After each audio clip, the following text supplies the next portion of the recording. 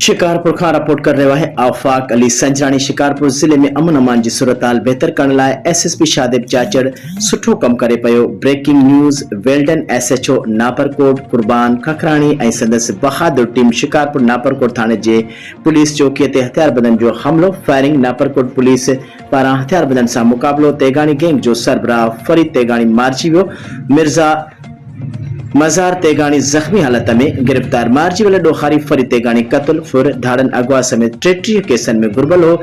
SSP Shikarpur शादिब चाचड़ मारिजी वियल ॾोहारी फरीद तेगानी शहीद police एहलकार मुनवर जतोई ऐं photographer Haseeb Sheikh जे कत्ल केस में बि मुलविस जवाबदार हुयो। एसएसपी शिकारपुर 25 ॾींहं खां हलंदड़ ऑपरेशन में 12 ॾोहारी मारिजी विया आहिनि ऐं 45 ज़ख्मी थिया आहिनि। एसएसपी शिकारपुर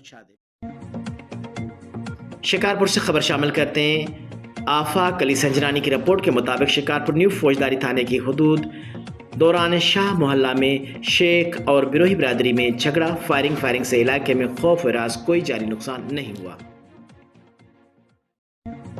ब्रेकिंग न्यूज़ पंज नाज़रीन के ॾींदा आहियूं त मेड़ इंडस हाईवे डिग्री कॉलेज भरिसां नामालूम कार जो मोटरसाइकिल के टक्कर 3 ॼणा सख्त ज़ख्मी थी पिया। ज़ख्मियुनि खे तालके अस्पताल में आंदो वियो। वाक़े बैदि ड्राइवर कार भॼाए फरार थी वियो ऐं ज़ख्मियुनि में कक्कड़ वासी मोटरसाइकिल सवार अज़ीज़ अमन शाह शकील शाह अज़ीज़ मंगरियो शामिल आहिनि। ज़ख्मियुनि जी हालत नाज़ुक हुजण करे लाड़काणो अस्पताल मुंतक़िल कयो वियो आहे। तालके अस्पताल मेहर में ज़ख्मियुनि ॿुधायो त असीं कक्कड़ मां मेहर अची रहिया हुआसीं त नामालूम कार सवार टक्कर हणी भॼी वियो। गोलारजी को खबर शामिल कंदा सिंधु दरिया मां निकिरंदड़ 6 केनालनि जे ख़िलाफ़ पूरे सिंध जियां गोलारजी में भी मुख़्तलिफ़ तंज़ीमुनि पारां एहतजाजी रैली कढी सिंध हुकूमत जे रिथाबंदी ख़िलाफ़ सख़्त नारेबाज़ी कई।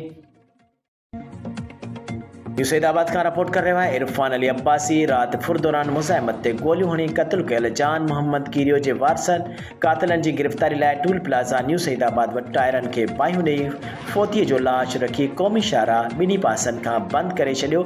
नतीजे में ॿिन्ही पासनि खां सभई मुसाफ़िर तोड़े माल बरदार गाॾियूं बीहिजी वयूं, जंहिं करे मुसाफ़िरनि तोड़े ड्राइवर सख़्त परेशानीअ जो शिकार। राति न्यू सैदाबाद वेझो ज़ेर पीर वटि मोटरसाइकिल ते सवार 3 नामालूम हथियारबंदनि 2 मोटरसाइकिल सवारनि खां फुर जी कोशिश कई। मुज़ाहिमत ते गोलियूं हणी 60 साला जान मोहम्मद कीरियो के मौके ते मारे छॾियो, जॾहिं त धणी ॾिनो उर्फ गुलाब कीरियो खे सख़्त ज़ख्मी करे छॾियो हो, जंहिंखे इब्तिदाई तिबी इमदाद बैदि हैदराबाद नियो वियो।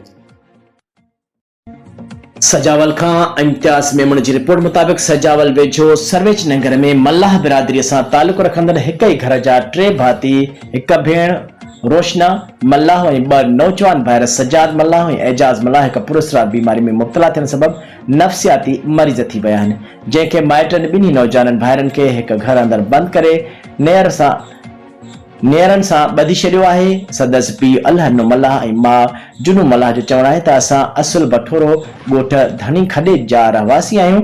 असांजा 2 नौजवान पुट पंहिंजो रोज़गार कंदा हुआ, जंहिंसां असांजे घर जो गाॾो हलंदो। ख़बर न आहे त असांजे पुटनि खे अचानक छा थी वियो आहे। अजीब क़िस्म जूं ॻाल्हियूं ऐं हरकतूं कनि था ऐं असां ते तशदुद कनि था, जंहिंखे ॾिसी असांजी न्याणी बि नफ़्सियाती मरीज़ थी वई आहे। पुटनि जे अहिड़ी हरकतुनि मां बेज़ार थी असां उन्हनि खे हिक घर में बंदि करे नेरनि सां ॿधी छॾियो आहे।